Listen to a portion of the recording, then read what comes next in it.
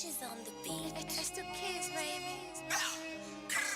Baby, hush, you race it, I'm not in a rush. Take your opinion, step in it, dust. Ballers in my DM make me blush. Huh? Wait, why you all up in my plate? All in my business, copy and paste. Bitch, I'm a star, you riding his wave. If God's not in your life, I don't want it. Straight to the top, you know I'm about it. No time for an op, ain't tryna be violent. Dripping in Prada, look at my outfit. Murder this verse, bitch, I'm a culprit. Mommy is Kenyan, daddy's Italian. Pushing this whip and these horses is stallion. Some say I'm overrated, some say I'm underrated. Just trying to feed NJ, I'm just trying to make paper. Some pretend that they like me, but I know that they hate us. Bitch, don't kill my vibe, quit testing my patience. You're not killing the vibe, you don't wanna try it. Double the price, you cannot buy this. I'm talking double the price.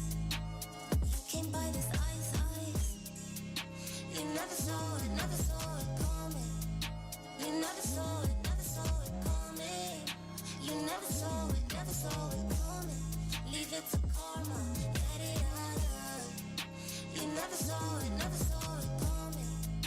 You never saw it coming. You never saw it coming. Leave it to karma, get it out. Baby, I'm pulling up to the party late, giving them nothing but energy, pouring them nothing but Hennessy. Middle fingers to my enemies.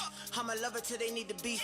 I'ma love it till I'm Swiss beef. Then I'm loving on Alicia Keys. Hey, baby, what's trapping? She told me she don't wanna rap. I know why she don't, but let's see what's up after the party just started. I gotta go hit the stage. Most of these niggas be minute-made. 15, all a nigga get.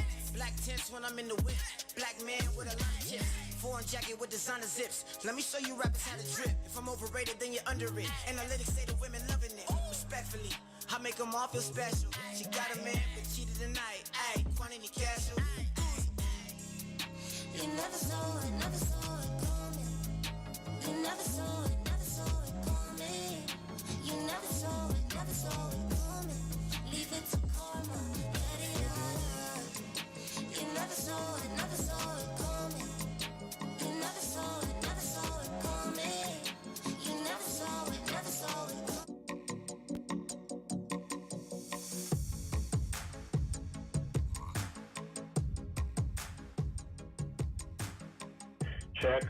Check.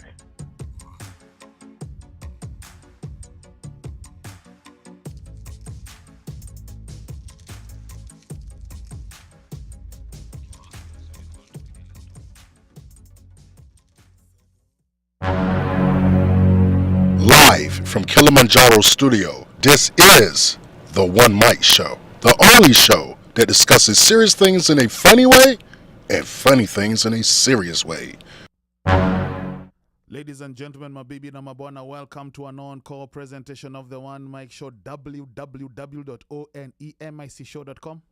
202-683-4570. Press star 5 to speak. Tell a friend to tell a friend to tell a friend that the people's Kamkunji is about to be in full effect. Karibuni to this edition of the OneMic show, my bibi na mabwana. It's Friday the 30th of September, and we welcome you to this week's episode of the OneMic show. Now, this week, the former governor Machakos, Alfred Mutua, was appointed to the Ministry of Foreign and Diaspora Affairs. Now, on the show tonight, we discuss President Ruto's new cabinet and his maiden speech to Parliament. What should diaspora Kenyans expect in the next 5 years? Want you to stay tuned to find that out. And later in the social segment, Kenyans are being indicted for defrauding the US government. Is this a case of ignorance and arrogance, or is it an organized crime syndicate? We want you to keep it locked to find out more. And in sports, we talk about the king, the myth, the man, and the marathon legend ELIUD KIPCHOGE following his obliteration of his previous world record in Germany earlier this week. So I want you to stay tuned for that and more, because Melia envy the people's Kamkunji inangonanga. And mimi ni Ali Badawy aka Mjukuu wa Masai, and this is the OneMic show. Karibuni tena. Remember, ladies and gentlemen, tell a friend to tell a friend to tell a friend that the people's Kamkunji is about to be in full effect. DJ Machachari ambaye he's roving na ako undisclosed location with 2 fishes ametuangushia kamix kidogo. Jiburudisheni watu wangu.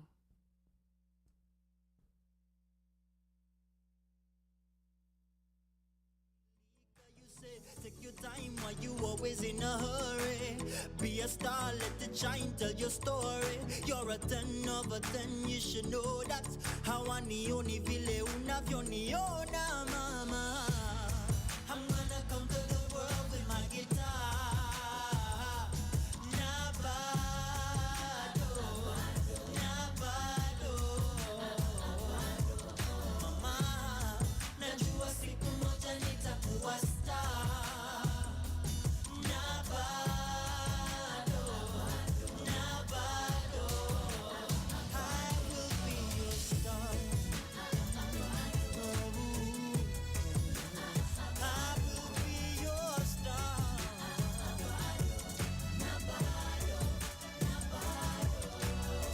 Told already, life si fair already. Tukikompare kwenda uni au kwa millionaire na dread, utajiambia hii moja ikui. Passion haitaipesi, uache ball utaikuwa Messi, hata ujitolea iwezi. So niambie ni kasi madream, world ingeonaje mapenzi na unapimaje wazimu, kujua dream yangu ni crazy. Just needed someone to believe in me. I'm living to be more than just a Buda, Buda, Buda, Buda, Buda. Simamisha kitu ama nikushuhu vile tume na shuta. Usifanye nikutume tenje walenje kwanza ndula. Tupa, alafu nyamazisho msupa. Mimi nikinyamisha katanuka. Naweza kalalisha juu ya pupa Buda. Simamisha kitu ama nikushuhu vile tume na shuta. Usifanye nikutume tenje walenje kwanza ndula. Tupa, alafu nyamazisho msupa. Mimi nikinyamisha katanuka. Naweza kalalisha juu ya pupa Buda. Shomshwa kwako fya tek kwa hero tashtuka.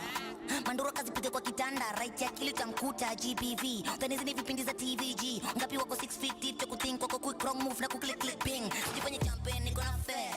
Janje sema tumwe. Buda wasije kijana, bado wewe ni kijana na nataka kuwa mzee. Fuko kuna shida na zitoe zote inje teke. Bazenga mzima kuna finjo peke.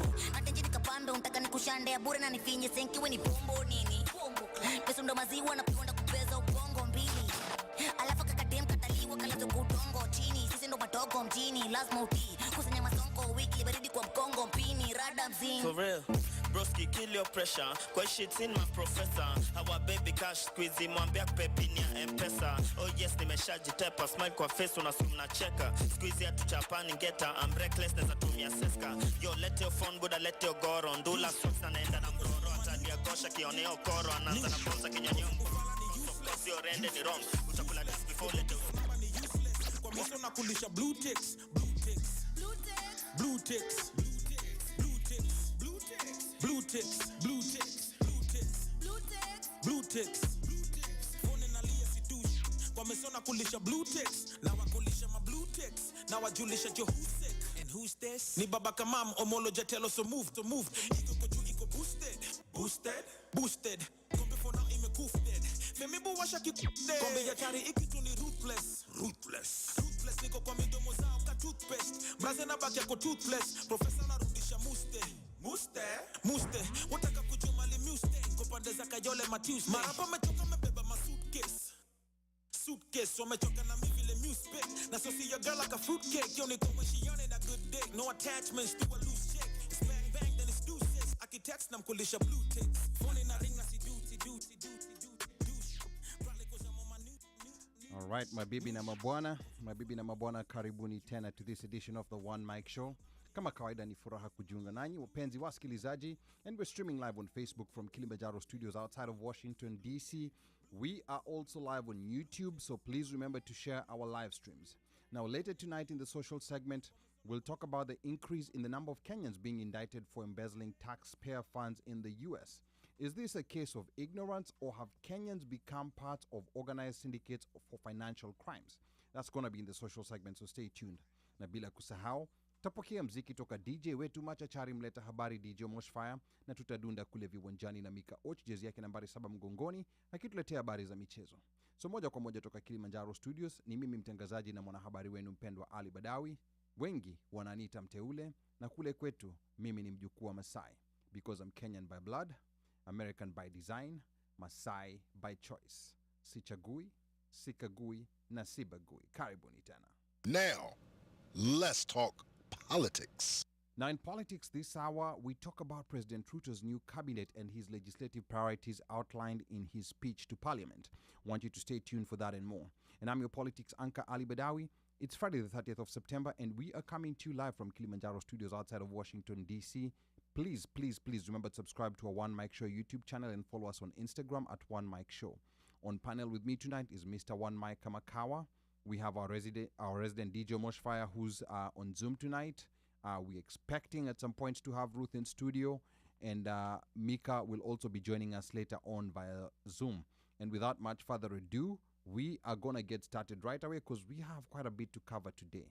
Now, the choice of presidential cabinets has always been an eagerly anticipated event in Kenya.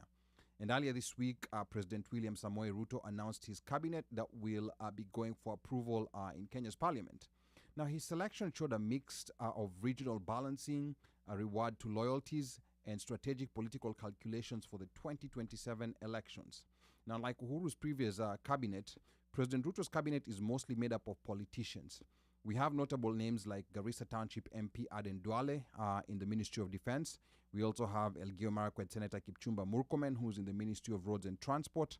And we also have former Gatundu South Member of Parliament Moses Kuria, who's in the Ministry of Trade and Industry. Now, the cabinet, however, fell short of the 50% gender parity that Ruto had promised, with only 7 female cabinet secretaries being picked. Now, among them are former Malindi MP Aisha Jumwa in gender and affirmative action. We also had Kandara Member of Parliament Alice Wahome in water, sanitation and irrigation, and Soipan Tuya in environment and forestry ministry, amongst other females who were chosen. Now, also of note is that a number of cabinet nominees have pending court cases that range from accusations of theft of public resources and money laundering to sexual abuse and attempted murder. In President Ruto's inaugural speech to Parliament that we'll be discussing this hour, he notably failed to address the issue of corruption as part of his agenda. Now, to get us started on the conversation tonight, I want to introduce the regular panel, and I'll start with Uno, who's with me here in studio. Now, Uno, say hi to the audience, tell us how your week was, and give us your initial thoughts on President Ruto's cabinet. Uno. Karibuni, ladies and gentlemen. My week was sour. Had to take a few days off. In this land of Uku kwa Biden, gets to a point you can't accrue holiday. But kuna wengine who are having an issue accruing. Niaje Omosh. What was interesting, that I did not, somebody brought out the fact that, and he said, not a technocrat has been named, just politicos, which I found interesting, because I think the first time was it UK or was it Kibaki? One of them they just put in technocrats, people who are subject matter experts. Which led, so now with this selection, which led me to want to question why not technocrats, but politicos. And when you look at, I guess what the picture that he has been trying to paint is one of wanting to have people who have a speciality in something to manage something. But that was what I found quite interesting. I mean, when somebody said that he had just selected politicos instead of technocrats, I was looking at that list of the people who are named, and all I was just seeing literally are politicians. Now, as you said, this is a whole different tactic, because when Uhuru picked at least his initial cabinet back in 2013, right, it was full of technocrats. The only politicians in that cabinet, I think, were Charity Ngilu and Najib Balala at that particular point. Everyone else were just new people, technocrats that we didn't know about. Yes. But I guess, President Ruto is taking a whole different tactic and picking politicians, because I think there's been issues that he saw in the 10 years with having cabinet secretaries who do not understand how to communicate politically. So we are yet to see what this will do. And then the other interesting thing is that President Ruto also said that he will facilitate for these cabinet secretaries to articulate government agenda in parliament weekly like it was before the new constitution.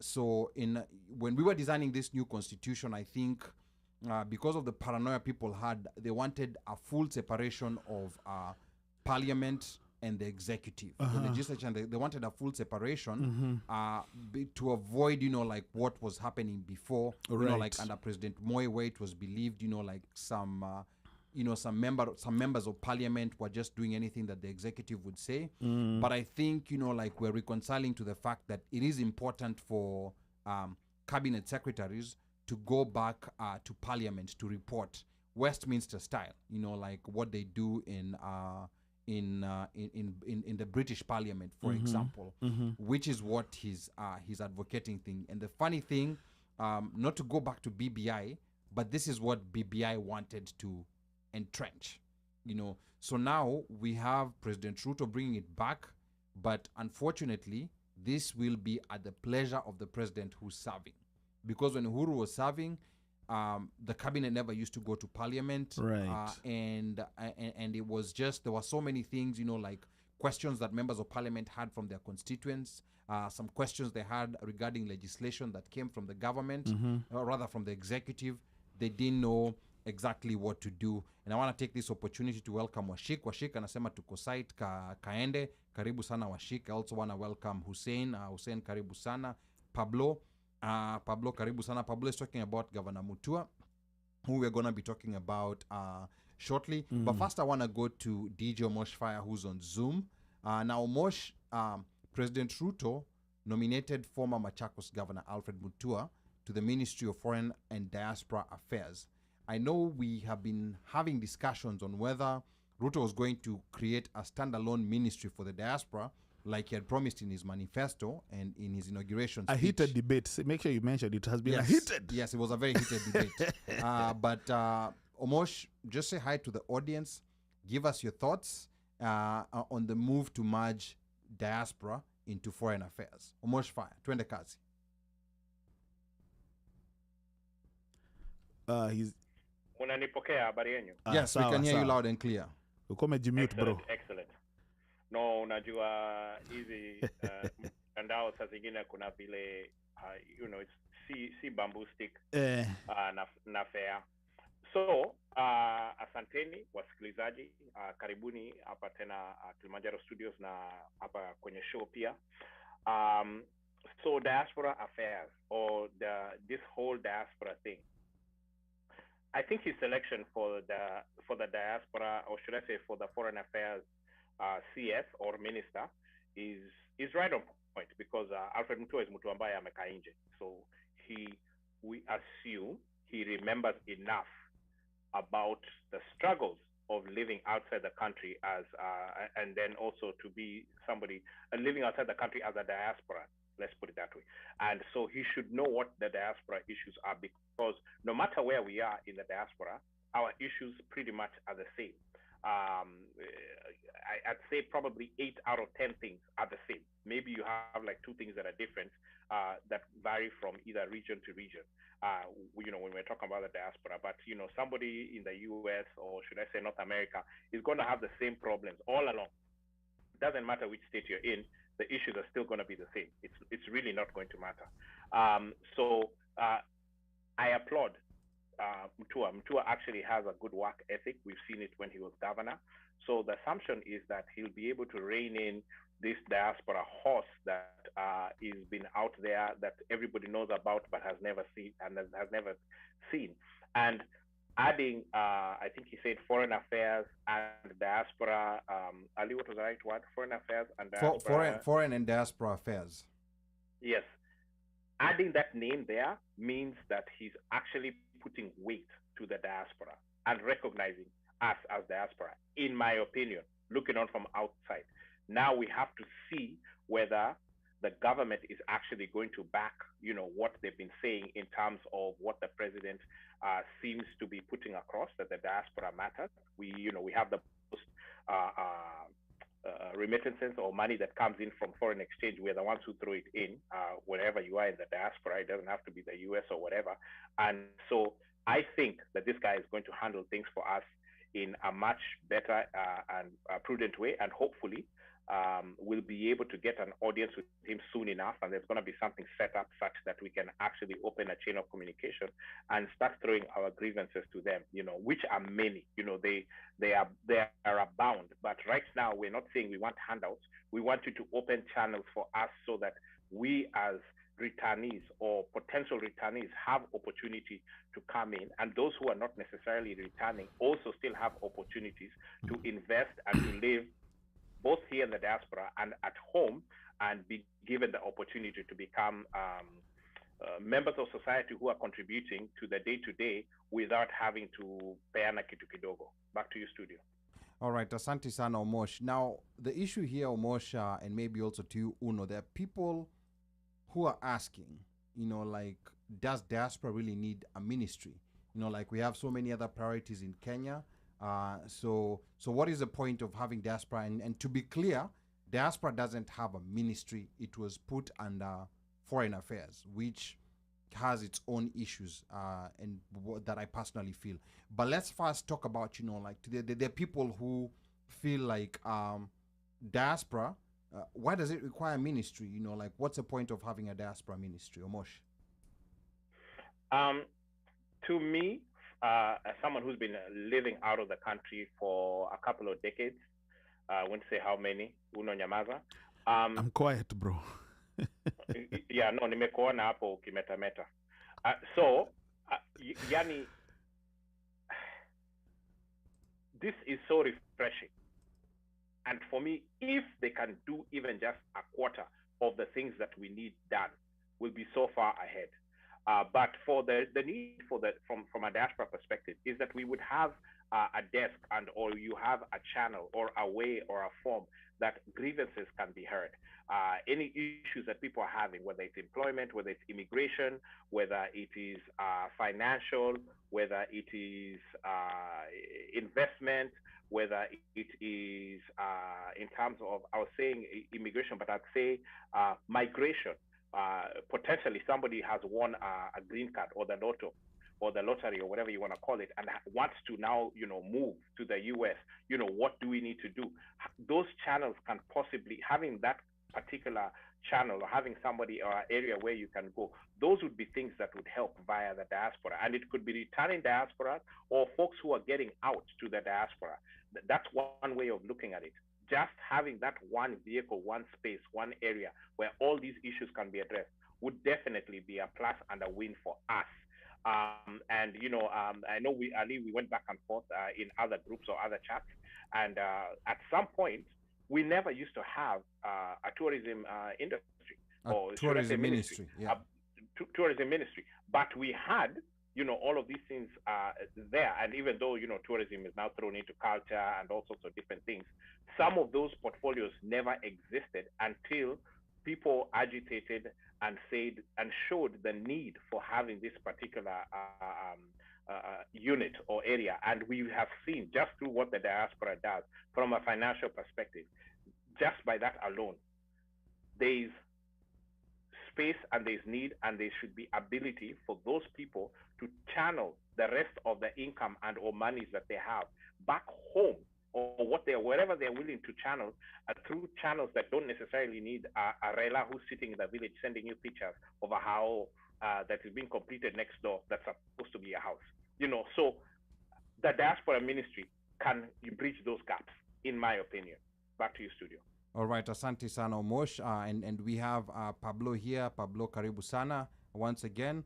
And Pablo says, I think the question hour that the president once introduced is a good thing, to have cabinet secretaries go to parliament and answer questions when required.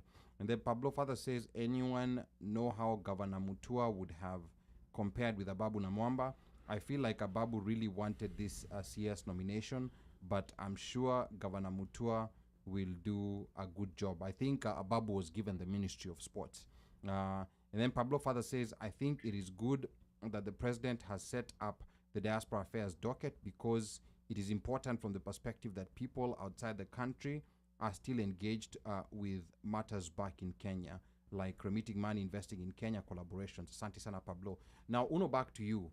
We've had diaspora under the Foreign Affairs Ministry before, when Amina Mohammed was Foreign Affairs Cabinet Secretary. Mm-hmm. What's gonna and it wasn't effective. No, It was not effective at all. So what is it that's maybe making some people feel or think that this one might work? Because this is an experiment that we've tried before.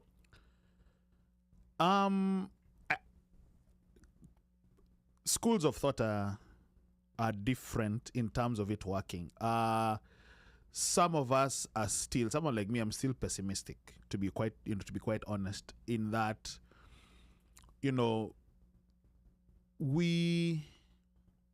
and just for clarity, we're not just saying diaspora is just Stito. No. We want that to be clear. It's not just Stito, it's the entire world. Yes. So I think one challenge which I'm waiting to see is how all those pieces are going to be put together to make it fluid. For the last, I don't know, gosh, at one time I think Dennis Itumbi was the guy who was in charge of that docket. Yes. And that was that. Another thing is who is going to be chosen, or if it's in that docket, who is going to have the reins on it. In this case, I'm guessing, who or what or how many people. Will it be just one person?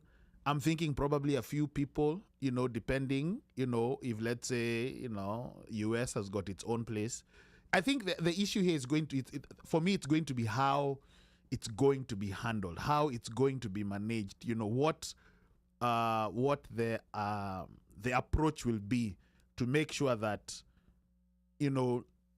our voices are heard. Yes, we were able to vote, which was a very good thing. And I think that was the first step. Yes. The very first step. And especially in the States, that the first step, we were able to vote. Yeah.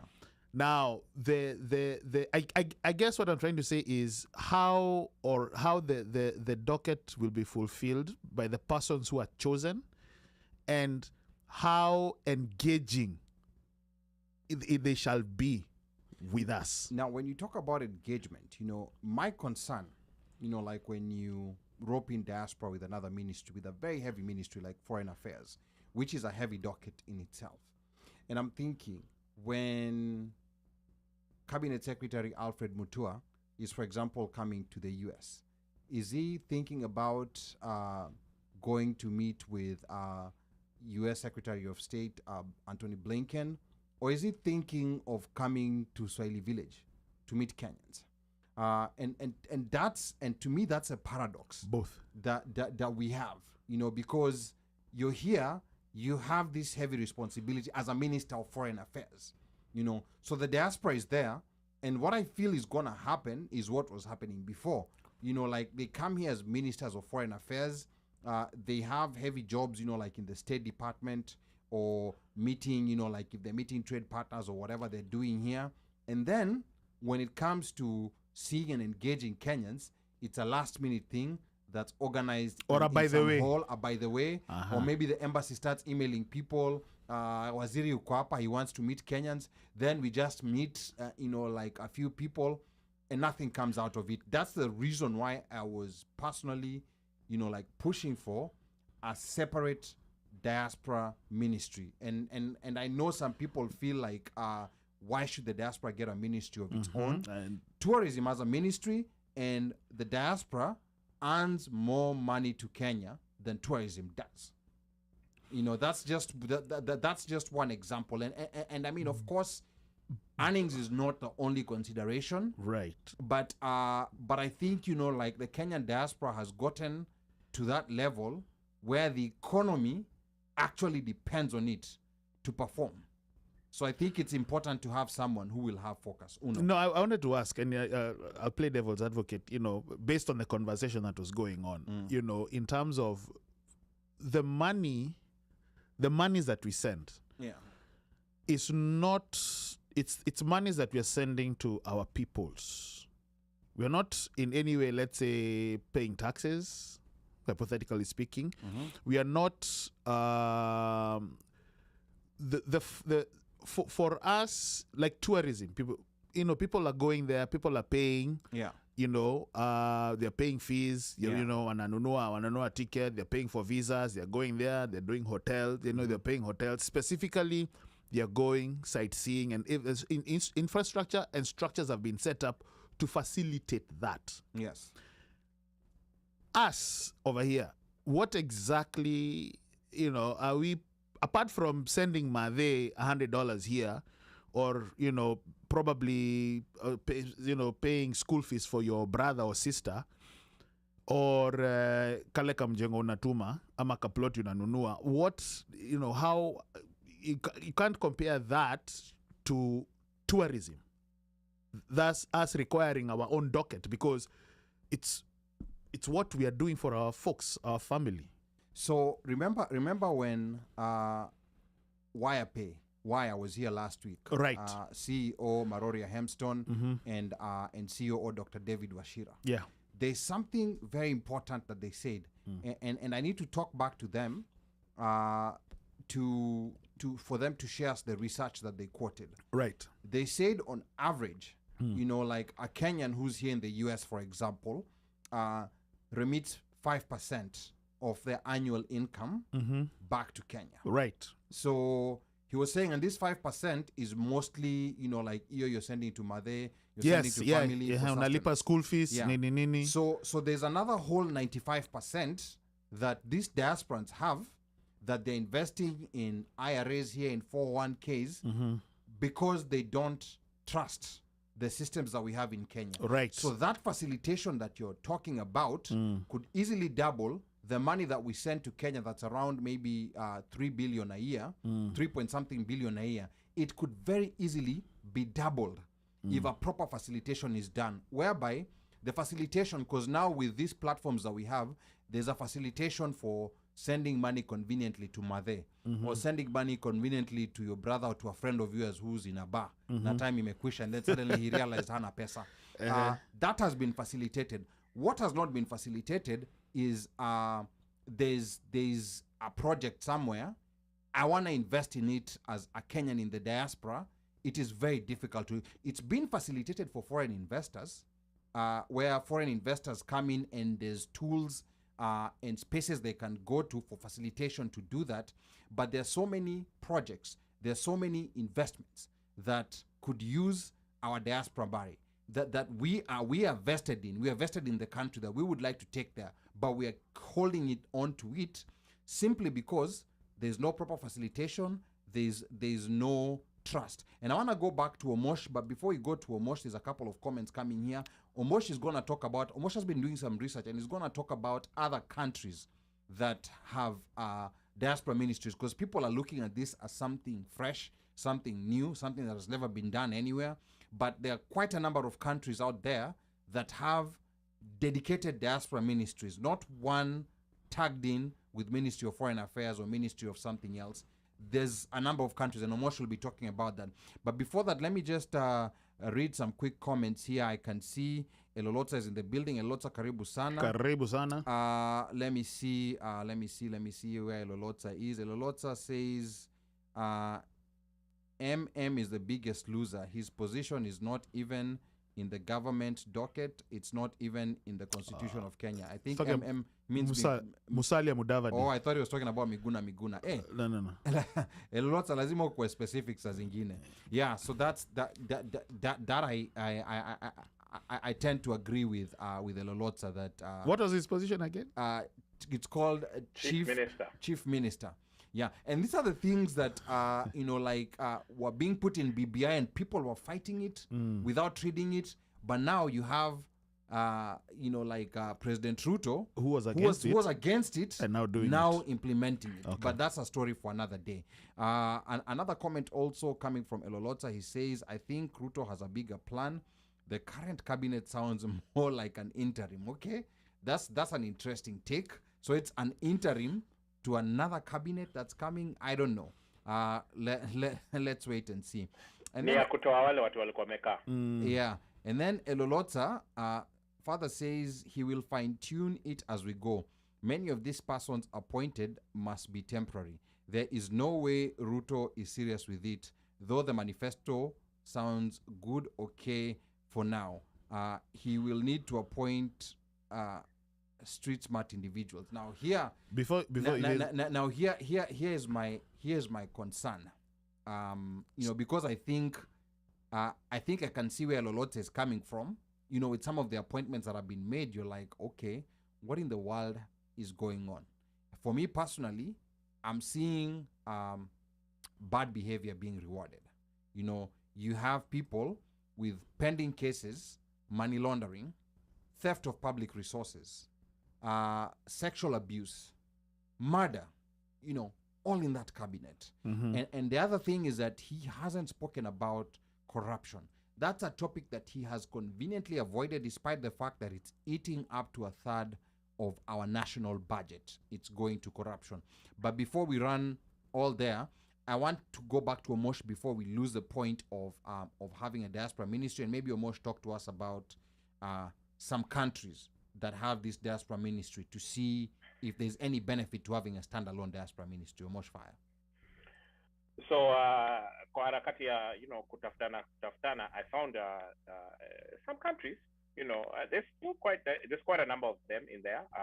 Armenia, Azerbaijan, Bangladesh, Canada, Georgia, which is uko hapo karibu na Russia, Greece, India, Ireland, Israel, Mexico, Romania, Serbia, Syria, Taiwan, and they all have interesting names for that diaspora. It's something like Ministry of Expatriates, kuna Minister for Diaspora Affairs, Ministry of Overseas, Indian Affairs, Ministry of Religion and Diaspora. That's just one of them. For Mexico, it's Institute for Mexicans Abroad. When you look into those countries and you see what they are doing for their residents, some of those countries that I've mentioned that have these diaspora ministries have the ability for people to vote from overseas. The people are able to vote from outside the country, which is something that Kenya did for us. We have that. Of course, we brought in the dual citizenship. Some of those countries that I've mentioned have that as well. Then now we are talking about investments. And when investment, to me, I look at investment a couple of different ways. I look at investment in terms of I'm taking my money and I'm investing it, or investing the brain drain, or the people who now have the brains on this side, going back and investing their skill set into the Kenyan economy to help boost the Kenyan economy. There's a lot of things that we've learned, being outside as diasporans, that we can go back to Kenya and implement, make certain systems work, processes work, streamline certain things, just like we are doing as diasporans in other African countries. TZ is there next door to us. Most of the people who are in top management in TZ are Kenyans, and one guy comes in, Ali comes in, and he brings his boys who he went with to Ali Waganetwaje, Cambridge. Analytica. He brings all those people in, and it's there. We have the evidence of these sorts of things happening. So having the diaspora be a part of society, or should I say a part of Kenya, whether it's via this foreign ministry docket or whether it's on their own, is a good thing. And it is just good all over the place. And like Ali said, I think really honestly, if they can do half, or I'd say even a quarter of the things that we would want, given a list of 10 things, that amount of money that people are giving is going to triple. It will not double, it will triple. Because right now, tunasaidia wenzetu, hatujisaidi bado. Yeah. When we get to the kujisaidia portion, a lot, if you tell somebody, go invest in a house here in the US or in the diaspora, and you also have an option of investing in Kenya, a lot of them will be like, you know what, I'm going to invest my house in Kenya. Because najua, one day itarudi huko, itaniletea hivi, itatafanya hivi. So a lot of people will actually do that first before they do the investment on this side. Even though I'll tell anyone out there, invest where you're living. If you decide you're going to, exit stage left, then exit stage left, upeleke hizo dozi zako huko pale unaenda na uendelee hivyo. Start from, from home, and home being where you are, you start there, then you move. But I digress. I'm just saying that this diaspora thing it's a win-win-win-win for us all along the way. And we can learn from some of those countries that I've mentioned, Canada being next door for the US, Mexico, if you look at the amount of money that Mexico has, even, in things like when they're doing exports of things like tequila, that amount amount of money that they are making, for things like that, it's ridiculous, and we as Kenya or Kenyans have the ability to start even doing our own internal manufacturing of certain things as opposed to importing. And then now we start exporting. And when you become a manufacturer, then now you're a player in the game. We no longer have to rely on, places like Ukraine for wheat and things like that. We have all these fields that are sitting, I was buying rice in December in Kisumu, around Kisumu area, and I was asked, oh, which rice do you want? You want rice from TZ or you want rice from Pakistan? And I was like, wow, huh? Allah? I'm like, what? Why? Why is that an option? And a hero will come up next door. Literally, if I drive next door to a hero, I pull up on the side of the street, na later wa mchele kaiko kwa gunia or in a bag, depending upon how I want to buy it. But when I go to the store, and the wholesale store at that, I'm being given rice from other places. It doesn't make sense. It really doesn't make sense. And this story continues with a lot of the products that are being on our shelves. Sugar, blah, blah, you name it. There was a time when we had we were doing pyrethrum. I don't know what happened to our pyrethrum industry. Yeah. Somebody can explain to me, Nakumat, silikuwa nafanya, vitu za mattresses and cotton coming from the Kisumu side and all of that. All those things went to bed. So we need to get back to that level where we can do some of those things and start exporting because we have the raw materials.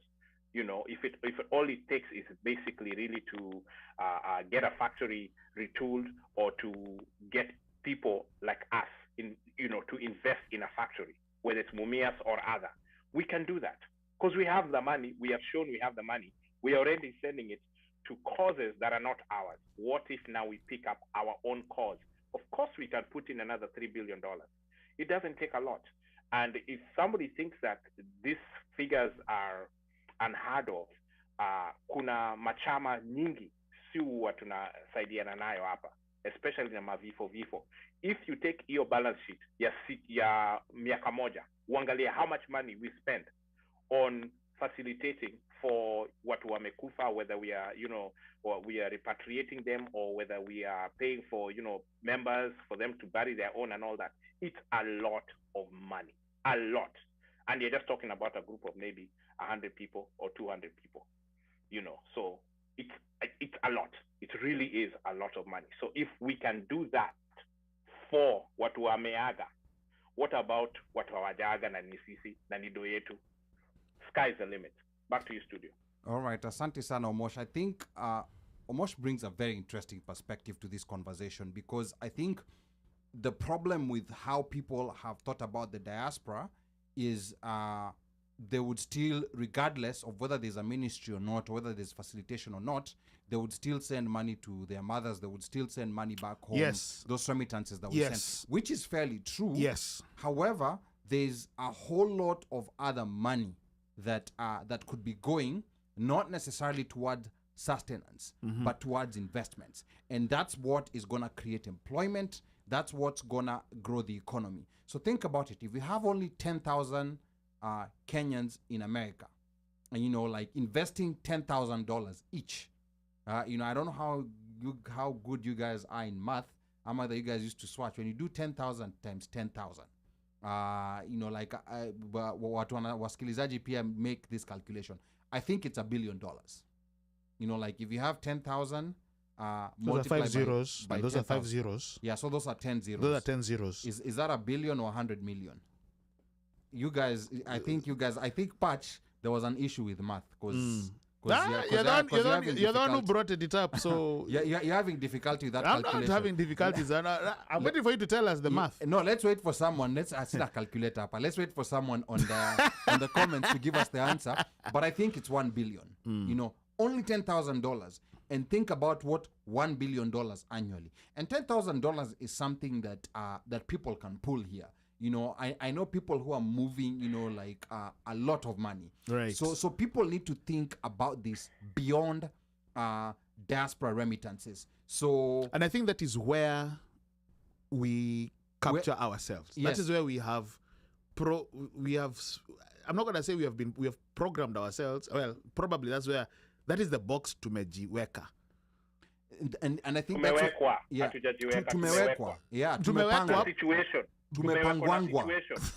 Tumepangwangwa. Yes, ikifunguliwa sasa tunaweza ingia. Hiyo mlango sasa ubaya ni mlango imefungwa. So ukifika kwa mlango na umekuja na sijui umebeba na mzigo, hiyo mzigo yako naacha tu hapo kwa mlango. Ukifungua mlango tutaingia na mzigo. That's what we want. Fungua mlango tuingie na mzigo. Yeah. So I think Stephen JJ here is telling us it's 100 million. So I'll go by his numbers. 1 billion. It's 1 billion? No. You're saying 1 billion. Stephen JJ is it's just 1 0. You know, it's just 1 0. But still, it's a lot of money. You know, like I know Kenyans, when you think about it, you know, like 100 million invested over 10 years, that's 1 billion. That can do so many things. It can be put in investments that's creating employment, and that's growing the economy. And then Elolotsa says, I think diaspora matters is being handled backwards. As diasporans, we need to cause waves locally, huko. By so doing, the politicians will gain interest, this giving us an upper hand to negotiate our interests. I personally think, okay, I would have been happier if there was a standalone diaspora ministry. Maybe this is a step in the right direction towards a full diaspora ministry in future. So I'm not sure when PAMA principal secretaries start being selected, if there will be a specific principal secretary now, one for foreign affairs and one exclusively for diaspora affairs. We're yet to see that. And I think that is what I when I said I guess it's a matter of waiting to see how they're going to position or how they're going to effect or what they're going to go about to make sure, you know, that, you know, or to put in place things that are going to make it work. Yes. And what exactly, how is it going to be made to work?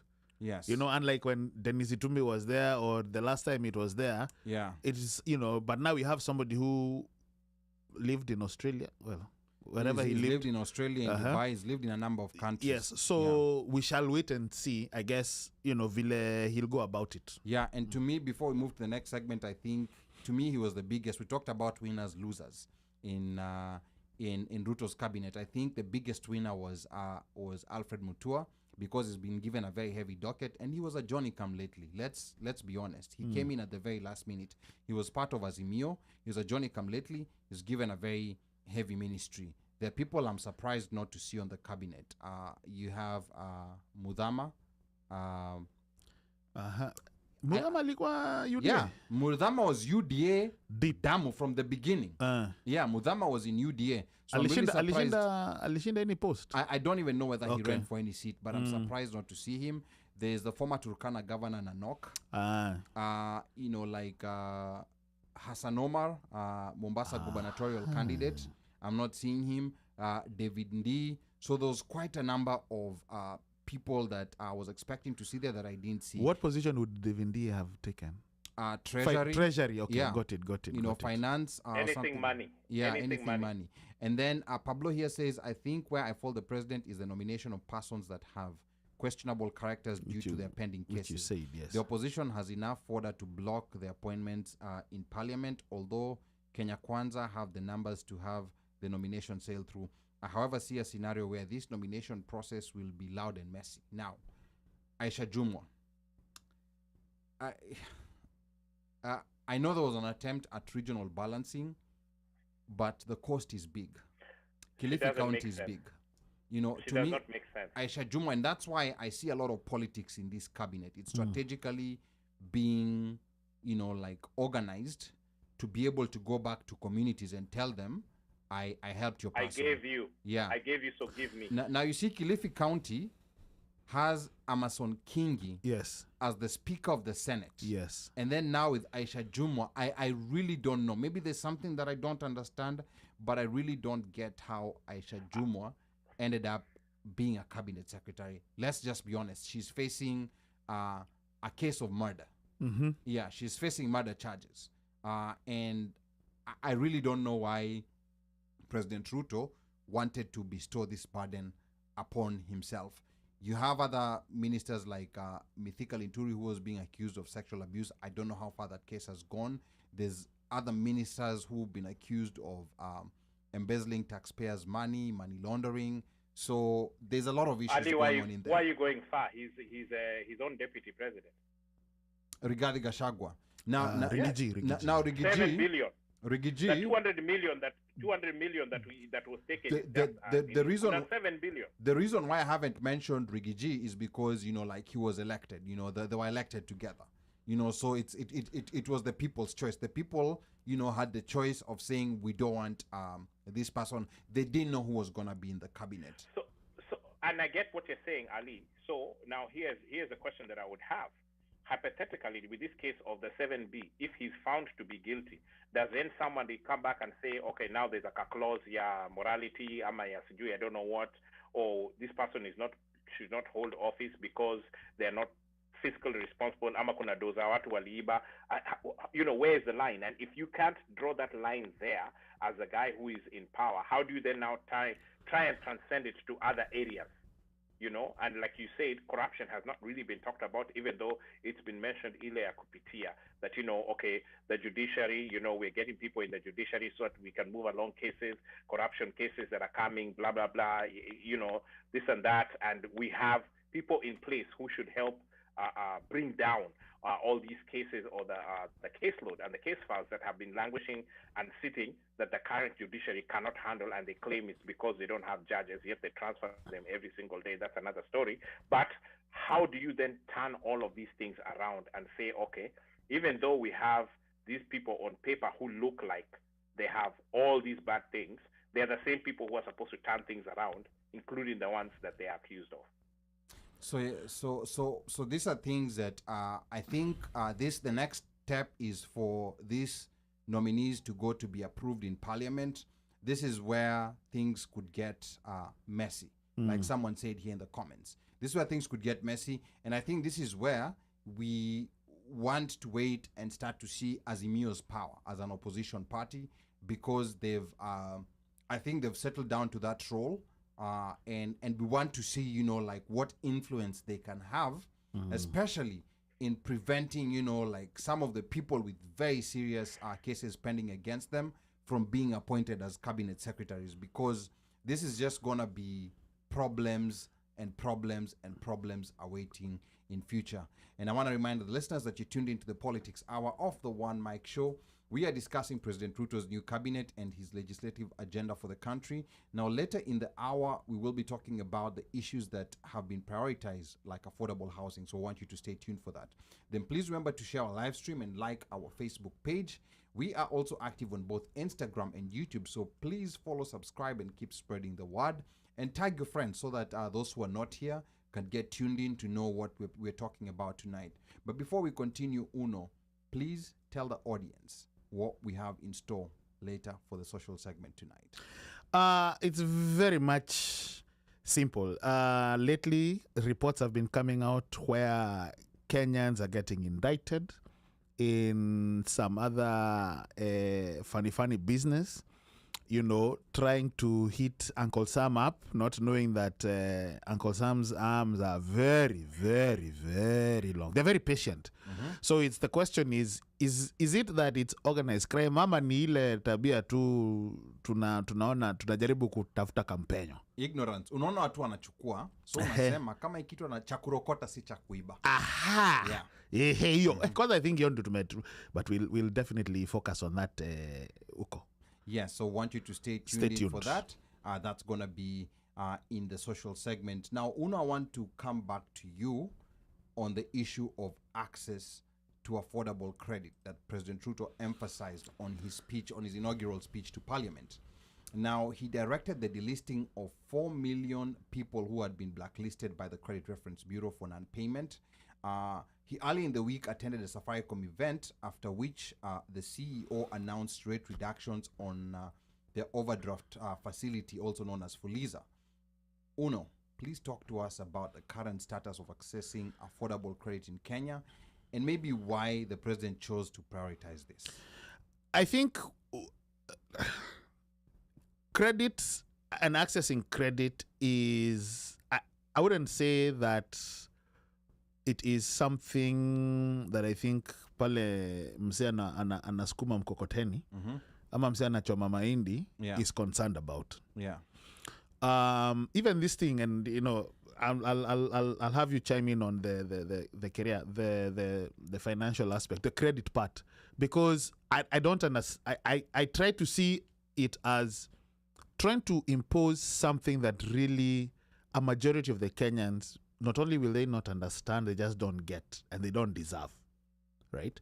So that is one. Two, we had a discussion here about how people are getting into debt because of FULIZA, and how there's like there's no oversight, there's nothing. But for those who don't understand, FULIZA is this. FULIZA is this. FULIZA ni borrowing money. So Safaricom, says we will let you borrow money, but your payments are going to be a certain percentage, a certain amount. Is it borrowing or is it like overdrawing? When your M-Pesa account is at zero, they'll allow you to spend and have a negative balance. So ideally, you're still borrowing. Yes. I mean, if you look at it, but unaomba pesa. Yes. So hauna kitu. Yeah. But you're like, you know what? Let me copper 2,000. I do this. When I get paid back, I'll pay with interest. But the other issue is that the interest with which you're hit is, I don't know what the exact percentage is. So the interest was 1% before this announcement they made this week, and that 1%. Now here is where I think Safaricom is being abusive. This product is very abusive. Very. And most people don't understand it. So when they quote 1%, it is a daily interest. Daily interest. Yeah. See at ile 1 month. So remember, compared to your car loan, for example, your car loan, maybe you have a car loan that has a 5%. That's an annual percentage. Annual. So if we annualize that 1%, it is 1 times the number of days in a year. 365. So it's 1.0 something. So the calculation actually comes to around 395%. So this essentially means if you plus borrow the amount, Ali, it depends on the amount. It also depends on the amount of money you are borrowing. It depends on the amount of money you're borrowing. You FULIZA, yeah. But it's very high. But essentially, at that 1% rate, essentially it takes 90 days for a 1,000 shilling loan, or maybe a 10,000 shilling loan, to double to 20,000. It doubles, meaning it compounds. If you don't pay 10,000 in 90 days, it's 20,000. In another 90 days, it's 20,000 times 2, 40,000. It keeps compounding. So this is very dangerous. It's more abusive than what we used to have in the US. Payday loans. Because the payday loans were coming at, I think, 47%. These ones are like 395. So they've reduced the rate from 1% to 0.6%. But even that 0.6% is still a lot. Your loan is still doubling within 5-6 months. So it's kind of like you've jumped from the fire into the frying pan. Yeah. So you're still burning. And I think most of the people that were being affected ni hustlers. Yes. To be quite honest, desperate people, yeah, because people who are borrowing out of desperation. You would go lower income, hustler is not steady. Yes. And maybe you have a shop. Mtu wa mjengo. And have you guys talked to people about FULIZA? People who actually take FULIZA, and you ask them why they actually take FULIZA, and you explain these things. Ali, kwanza wewe umepiga hapo madafu za economics hapo. Have you ever had a conversation even with a rela or a friend about FULIZA? And what I noticed was that in this conversation, they did not see a problem with FULIZA because walikuwa washajipanga kuchota hizo do za FULIZA. According to them, they have an option now and they never had an option. Then nikamuliza, okay, but kabla hizi vitu za Safaricom zikuje, si mulikuwa bado munajipanga? So why don't you guys go to that? Kwa nini munaenda kujipanga na do munatoa na hii do inaenda ikiongezeka hivyo? There is no answer, but because it's there as an option, as a product, they use it. And folks don't understand what that math adds up to. And I don't know if maybe you're putting it on a chalkboard and you draw it for them and you tell them that if you don't pay it in 2 weeks, this is what it's going to come from. And sometimes in 2 weeks, hizo doa zijaingia. So I don't know. I don't know how we'll get our people past this, because this is something that they're used to. Back to you, studio. Yeah, like it's very, like the way Safaricom has marketed it and has worded it, and the advantage they have in the fact that they know that if you fail to pay, they'll swallow your money. You know, like once they'll swallow your money once it's deposited into your M-Pesa. And that's the reason why sometimes you're sending money to someone in Kenya, they're telling you, pana, usitume kwa hii account because ikona FULIZA. So immediately you send it, correct, it's swallowed. So that's just a very abusive way. And then the other thing is that this loan has no grace period. It has a fee initially when you take it, and then there's no grace period, meaning that when you take the loan, the interest starts accumulating the following day. So this is a very dangerous product. And it sure is. Yeah. It sure is. And it needs to be regulated, if you ask me. But hey, I don't know, this so-called 40%, lowering, Sioni. I mean, I guess maybe maybe it might just mean that somebody doubles the amount that they FULIZA. Since they already used to pay the 1%, sasa wamerudishwa ukule to 0. Watadouble. Yeah, no, I actually don't think it's only regulation that needs to be happening. It needs to be made illegal.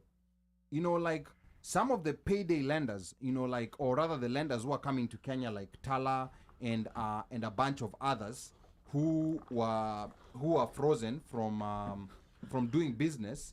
They actually wanted to do business in the US.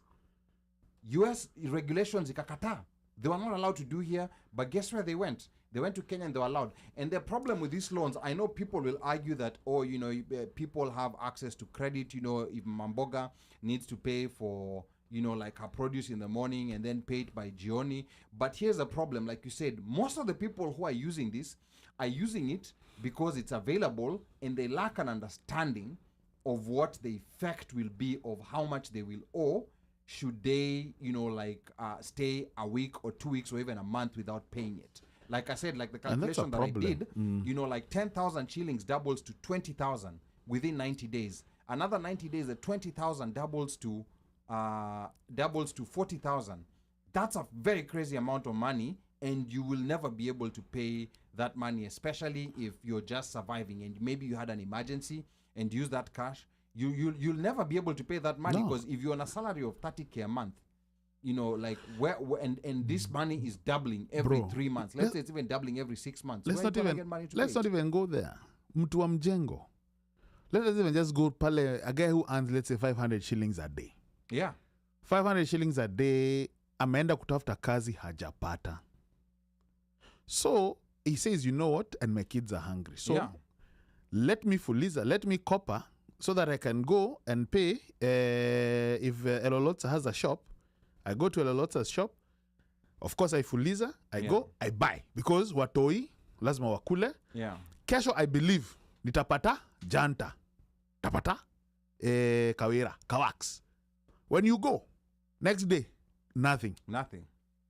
And your whatever is still accumulating. Your interest has started accumulating. So you fall sick. Yeah. Oh, you fall sick. Unagonjeka. That means there's no income coming in. Right? So now you might, I don't know if they will allow you. I think you can FULIZA. There's a certain maximum. There's a limit. But it depends with your, let's say, I guess it depends on your balances. On your balances and whatever. Mm-hmm. If your balances are 2,000, habits and things like that. If your balance is 2,000, they'll allow, maybe you can borrow 2,500. Yeah. But now that's 2,500, like you said. Inaongezeka. It doubles in 90 days. It doubles in 90 days. Yeah. Every 90 days. And that is the problem. So I think part of the reason he did that, and again, I believe it's one, hustlers are being affected. And I think we mentioned this. Every time you're about to send somebody money, what do they tell you? Usitume ile amba. Ini line ya FULIZA. Usitume. Tumia hii ama tumia Omosh, Omosh atanipa. Or Omosh, or I'll give you a number. Yeah. And again, like you said, people need to be educated.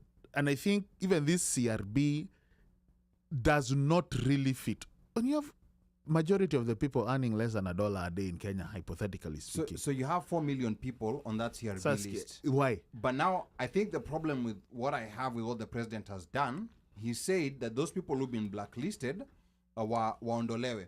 But now you see the problem is, for the people who are lending the money, if they don't have access, Safaricom doesn't need to have access of CRB because they have access to M-Pesa. That's their guarantee. CRB was kind of a guarantee to the lenders. Okay. But now once that blacklist has been closed, what happens is that those funds that they were lending to people also close. Yeah. It's kind of like telling Bank of America or SunTrust or whatever to give you a credit card without having access to your credit report. You know, like that's not gonna happen. No, they it's need not to gonna look happen. at your So credit something, first yeah. before they give you. So I think, you know, like this, you know, like delisting people from CRB, to me that's more of a political move, but it's very shocking to realize that there are 4 million Kenyans who are listed there. Because when you think about it, let's say Kenya has a population of 50 million, let's say the adults are maybe 20 million, and these are numbers that I'm just making up. So, and maybe people with Safaricom numbers are maybe 15, or let's say people who are using FULIZA. So we just use 22 million registered. Like, you see, those are ones who are older, hypothetically speaking. Okay, yeah. So those are, so 22 that's million. 22 million. So let's say maybe half of those are using FULIZA. yes. That's 10 million. Yeah. There's already 4 million people Jesus. on that list, which tells you something. You know, like that's almost 1 in 2. Kuna And these shida. numbers that I'm just making up. Kuna shida. But there's a big problem that's not being solved here. And there's a 50 billion shilling Hustla Fund that's being created. I don't know exactly what that Hustla Fund will be for, because for credit to flow, there has to be some form of guarantee. There has to be, CRB was one of the guarantees that lenders would look up to. But now with no CRB, there has to be another way that the government can guarantee those loans that lenders are giving, which we are waiting to see how that will be implemented. Implementation ndio sasa tunangoja. Yeah, so there's a lot of other things he talked about, like affordable housing, you know, like creating incentive for developers. He talked about universal healthcare. Very good talks. I don't know how it will be implemented, and also reform of NHIF so that people, I don't know, to make it more affordable or to make it more effective. And then also he talked about electricity for all. And in the electricity, he was talking about off-grid solutions. And to me, I'm one of those people who has a problem with those off-grid solutions. Off-grid solutions are the equivalent of digging boreholes. Instead of just supplying water, instead of just having a proper water supply to the population, everybody is digging a small borehole here. So that's what off-grid solutions sometimes you know, like bring, whereby areas that are not connected to the main grid to come up with their own solutions of generating electricity. Solar. Well, other sources Ali, of power. Yeah. that can work depending upon where you are. Is it the ideal? No, it's not the ideal. It's not and ideal. I'll give you the example of some of us are from islands. In fact, we're on an island right now. So How are the two fishes, by the way? they become 3 these days. So what I noticed for the off-grid was, believe it or not, Kenya Power had a big, or should I say a huge generator, which they used to power the entire island. Allah? So yes, because huwezi vuta stima huko, because kuvuta stima si ni wire. Yeah. It's either gonna come under kama kakebo kana kuja kwa maji, or itakuja above. How else? Or you have a power generation station, and then from that power generation station, then now you have lines that are going out to the poles and then dropping to the individual homes. Okay. So in this case, the power generating station, BILAIs or turbines, blah blah blah, all of that is this huge generator, which they are the ones who fuel. You know, they're the ones who do whatever. How they calculate it, CLAW. But again, a lot of these things go under the rural electrification program, which basically is, you know, kuvuta stima ama kukuletea waya kwa kila mtu kwa mtaa or mashinani. You know what I'm saying? Yeah. That's the whole thing that rural electrification was doing. So and this was a very complex program that they had that was out there that they were doing for quite a while, actually. And it was in conjunction with, I think, either the Norwegian government or one of these. And walivuta hizo vitu for a lot, walileta poles, wakavuta mawaya, they changed transformers and did this whole sorts of things. But it was a joint program between the Kenya government and I think the Norwegians or something like that. And this was around, I remember seeing that happening uko mashinani, kitu kama 2018 hapo. Wakifanya big time push. At least I saw that around the islands. But in this particular one island, I know to date, as we speak, ni generator kubwa ndio hao waga nayo na waga ina supply power kwa grid. Na hiyo grid, it's been run by Kenya Power. So for all intents and purposes, you might as well say it's coming from a substation or whatever you want to call it. And so those sorts of solutions can work depending upon the areas, because some areas are inaccessible. Hamwezi fanya, there is nothing that you can do. So you have to come up with creative solutions, whether in cases where they can afford it, they work out wind turbines or they work out solar or whatever it is, and they're the ones who are running that grid, right? Those solutions can work. As usual with Kenya, things are going to end up being abused, na kuna mtu ndiye atapata hiyo tenda ya sijui ya kuleta sijui nini, ya kufanya sijui what, and it just turns out to be another whole wash. But let's give benefit of a doubt. Let's see what's going to happen. Back to you, studio. Asante sana, Omosh, and I think the example Omosh gave of being in an island, for example, that's those are places where you can't, it cannot just connect to the grid. I'm curious how power goes to the island of Lamu, for example. I've been there multiple times. I don't know, like how power gets there. Probably that's underwater. a good question. Probably underwater. Because there are those areas, because I'm looking at areas, let's say, for example, like northeastern, northeastern, I'm sure power grid, steamer, poles, Zico.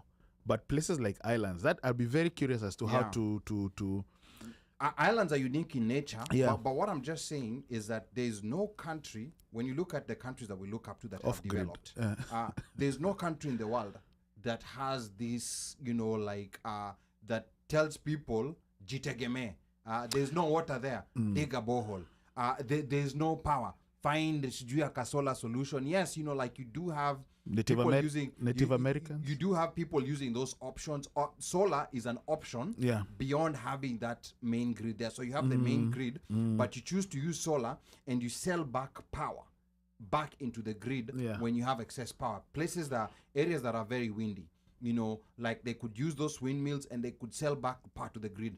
But there's no replacing the fact that we need a grid across the board in different parts of the country.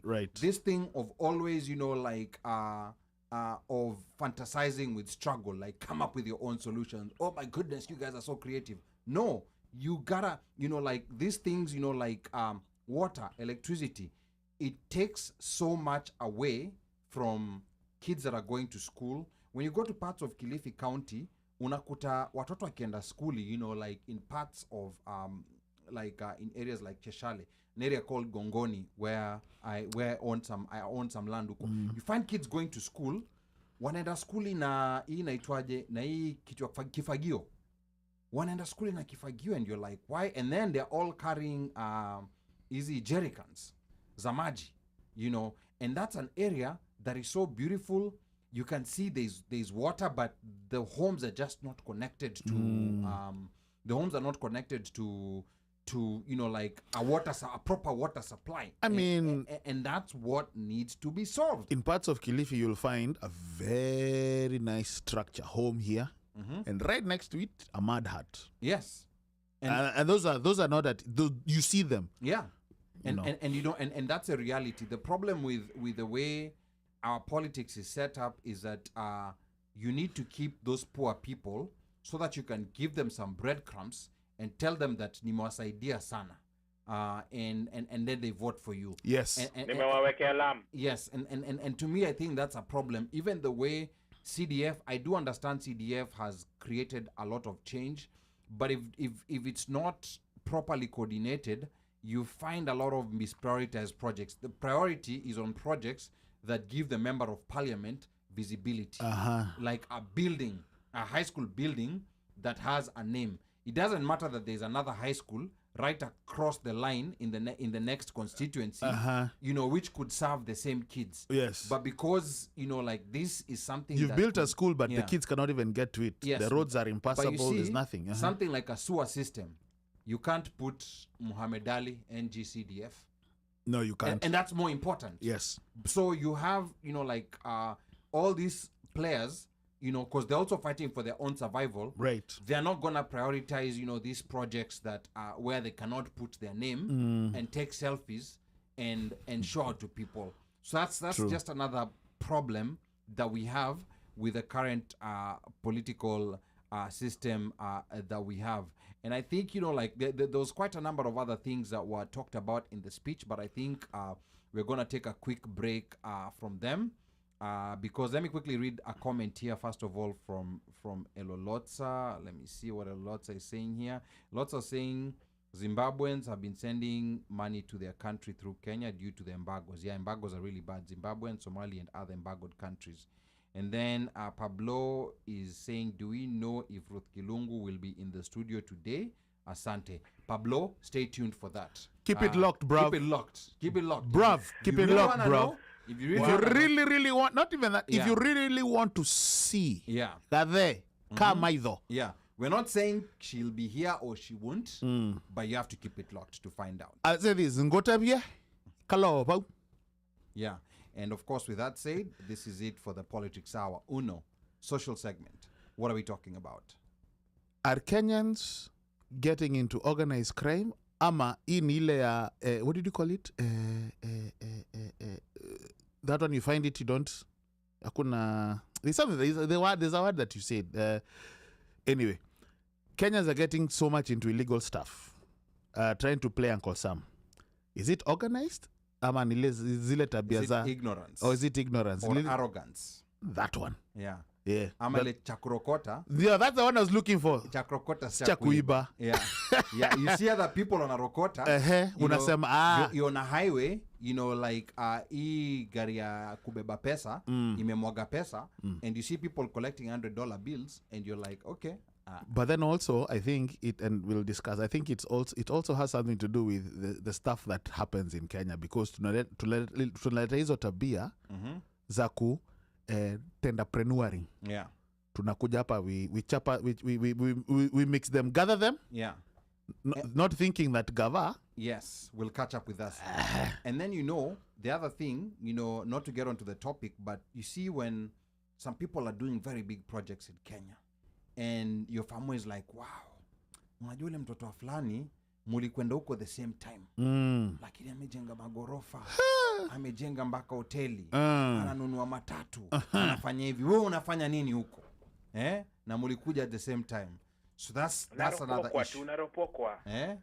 Pressure. Yes, that's another issue. Social segment. Yeah. Yes. All right, so this is it for the politics segment. Uno, back to you.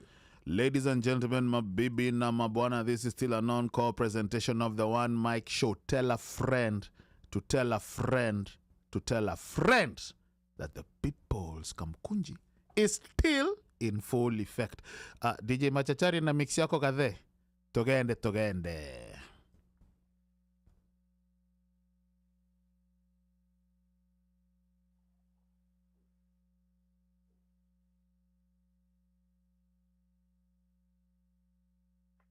What's up, people? It's your boy DJ Top. I'm straight from Chicago, and I'm in DC. And when I am in DC and all around the country, what I listen to is the One Mic Show right here.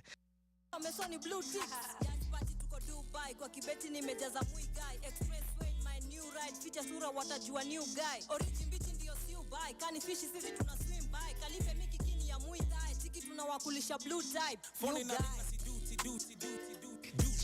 Probably cause I'm on my new cause ufala ni useless. Me broke hizo namba ni useless. Kwa mesona kulisha blue ticks.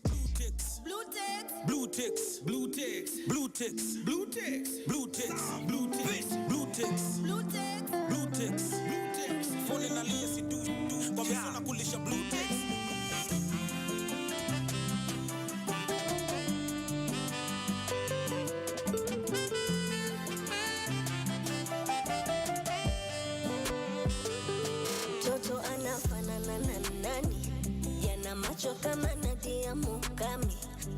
atapenda gym kama baba yake Ali. Ndo maswali najiuliza tu kichwani.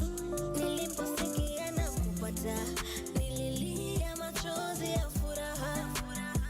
Ingawa sikuwa ready kukupata, sina budi sasa kuitwa mama. Ila usijali, mama yako mchapa kazi sana, baba yako ana roho safi sana, wazazi wako wote maarufu sana. Baby wangu we utatesa sana. Namwita jina Kai, Kai, Kai, Kai wangu we. Namwita jina Kai, Kai, Kai, Kai wangu we. Kai, Kai, Kai, yo, yo. Kai, Kai, Kai, yo, yo, yo. Kai, Kai, Kai, yo, yo. Kai, Kai, Kai, yo, yo, yo.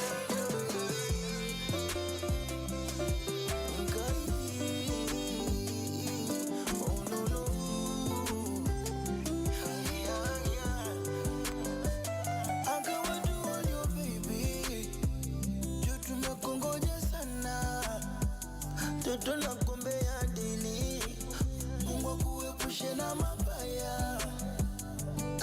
Hata dunia ikugeuke baby, sitakuacha solo. Nitakulinda we baby, sitakuacha solo. Mama yako ni mchapa kazi sana, na baba yako ni na roho safi sana, wazazi wako wote maarufu sana. Jaba kwa wanaosinzia, leta ketepa ikiwa fresh, mabati leo highway. I'm feeling blessed. Bashi meja tuna waresh. On the menu they're serving legs. Dress code ya leo ni underdressed. Ekelea bag, ikianguka usivex. Ngojea tena game next, usishi maisha na regret. Sina pupa yeah, cheza mziki pole pole buma yeah. Rumba mziki wa kipekee, kila mtu na wake jitete. Sina pupa yeah, cheza mziki pole pole buma yeah. Rumba mziki wa kipekee, kila mtu na wake jitete. Nimekuja one man, lakini liwe liwalo lazima to have fun. Na kuona ukiniona you need a real one. We kwangu ushafika, wacha to advance, show you some romance yeah. Usisikize umbea, kama nikulewa leo hitutalewa. Nitalipia kila kitu tapewa, mimi ndo kusema na kisha tukimaliza tunaenda home. Sina pupa yeah, cheza mziki pole pole buma yeah. Rumba mziki wa kipekee, kila mtu na wake jitete. Sina pupa yeah, cheza mziki pole pole buma yeah. Rumba mziki wa kipekee, kila mtu na wake jitete. Jitete suku smielore nyakache, ojende olonyore manokoro kuko bagore. Jogi bende koro oido anigini koro ringere moya wakona mano miel maneno.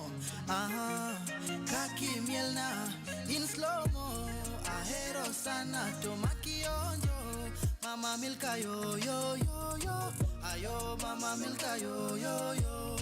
Walalo mama Milka yo yo yo yo. Mama Milka yo yo yo, ay mama Milka yo yo yo yo, ayo mama Milka yo yo yo, walalo mama Milka yo yo yo yo.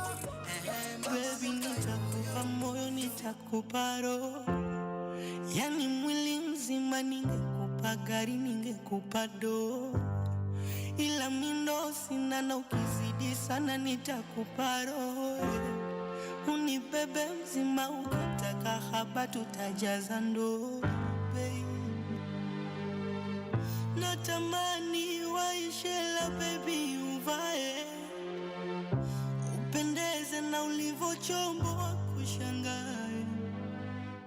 natamani tupewe mbawa baby tupae, tufike mbali baby we, hayago baby ringa, kijamvua baby minta kukinga, bailando pasipinda, kirudi kwa nyuma na kukinga, hayago baby ringa, kijamvua baby minta kukinga, bailando pasipinda, kirudi kwa nyuma na kukinga, yani I wish leo tulewe mpaka tubebwe, I wish nimwone Wolpa kiluka debe, yani I wish nimwite Nasibu waibe jeje, I wish our wedding,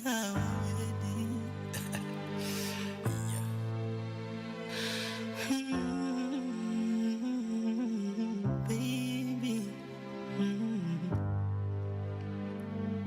Onuna fura we unara, wenye chuki watazira, watafupa watakosara, pasiki mimo unapokwenda baby na mimi nimo, taratibu kwa nyuma kuna shimo, utandondosha we paka mapepe, shilole wambie wache kitete, joto jipepe, tukiukisha tule mpepe, hayago baby ringa, kijamvua baby minta kukinga, bailando pasipinda, kirudi kwa nyuma na kukinga, hayago baby ringa, kijamvua baby minta kukinga, bailando pasipinda, kirudi kwa nyuma na kukinga, yani I wish leo tulewe mpaka tubebwe, I wish nimwone Wolpa kiluka debe, yani Yo, sure.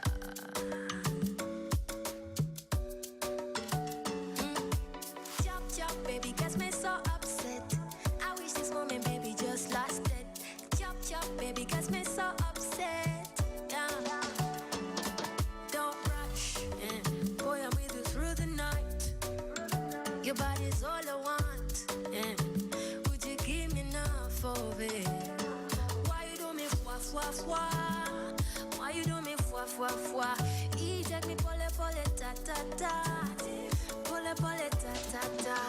I wanna rest on your body, I wanna wrap around your body, yeah. Take it easy with my body, hold me baby, yeah. I wanna rest on your body, I wanna wrap around your body, yeah. Take it easy with my body, pole, yeah. No fwa, yeah. Fwa, no. All I need is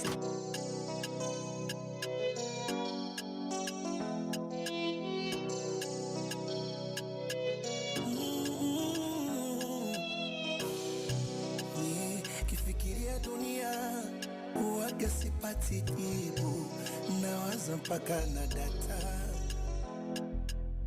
nikikuuliza nini dunia huwezi kunipa jibu, hapo ndo napata utata. Muda mwingine unaweza zani ni utani, mbona vitu vizuri vyote viwe ni vya shetani, eti muziki shetani, pesa nazo shetani, mpira na pombe shetani, mademu na mihadarati shetani, nami ni Mungu yupo najua, ndo ananifanya ninapumua, kitaka hata sasa atanichukua, ila mimi nataka kujua nini dunia, hivi ni nini dunia. maisha yalinichonga, ikabidi nimesaka, maana mateso yalikuwa mengi, mama lata peni, hakuna chakula nyumbani, maji paka mtoni, Asante Baba. Asante Baba. Asante Baba. Asante Baba.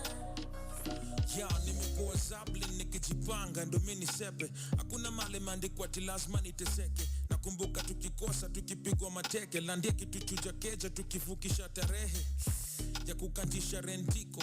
Juzing hakuwa na eni kwa benkiko. Nakumbuka ile time alikuanga ati amekafunga kijipendekeza kwake. These are strange people, cause after I lose job even though wali lost jua kuna ganji na keja kubwa ineza wa host. That's when I learned when you broke you don't matter the most. Jua tama relative manze wote wali to ghost. Shida ndo funza binadamu jinsi ya kujikaza. Kitu liko nimebaki ni siku rudi mushadha. It's hella painful mpaka leo nikiwaza jusi juu tungeko wapi bila maombi ya mother. Maisha yalinichonga, ikabidi nimesaka.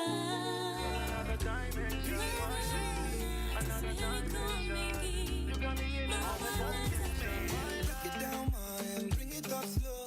You a bad chicken, do you already know? Back to back, baby, you kill the show. Worldwide, Miss International. Switch it up on them, hitting on the low. Nobody messing with the flow. No stop, yeah. And you know she got a home. Worldwide, Miss International. Sports and more sports in the One Mic Show. Party people. Ladies and gentlemen, my baby and my bona, this is still a non-call presentation of the One Mic Show. The GOAT broke his own record again. Who is the GOAT? And by the GOAT, we mean ELIUD the KIPCHOGE. Come on, guys. Let's take a minute. Yo, Let us take a minute just to let that soak in. You know, this guy, I was actually looking at his old races. This guy, he won a 5,000 meters world championship in 2003. You know, we have some listeners here on the One Mic Show who are not even legal in 2003. This guy was already winning gold medals. Yes. Back then. Uh-huh. And right now, I think he's either 37 or 38. I'm not sure. But, I mean, this particular race, he smashed his world record by 30 seconds. Do you know 30 what? seconds for a world record? And if you guys recall, the Enos challenge, he did it in under 2 hours. 1 hour, 59 minutes, and whatever. Yeah. And that was with everything. With assistance. Like everything has been set up. Mm-hmm. Now, just a regular marathon, 2 minutes, 2 hours, 1 minute, and 9 seconds. You know, he was doing his miles at around 4 minutes and I think 35, 36 seconds. And I'm like, that is such a blistering pace when you think about it. I mean, even for your first mile. Even for your first mile. Yeah. That is such a blistering pace, you know, because I do some walking. I typically do like around 14, and that's walking, of course, but I do like 14 minutes a mile. And, you know, and then when I've walked for like 5, 6, 7 miles, now on a man, you know, like I might even stay for a whole day without doing anything else, you know, just recovering from that. And this guy, to me, even when you look at him when he's running, I'm like... effortless. There's something absolutely wrong with this guy. This is not human. And you know, he broke the world record without competition, because for a very long part of the race, he was running by himself. And you know, typically when you have some competition, that's when you push yourself harder. So what does that mean? That means that he still has a lot of room to further break that record. Imagine that. I mean, like, at this point, I don't even know how to describe him anymore. and I think, you know, and I know in the running circles, he is the GOAT.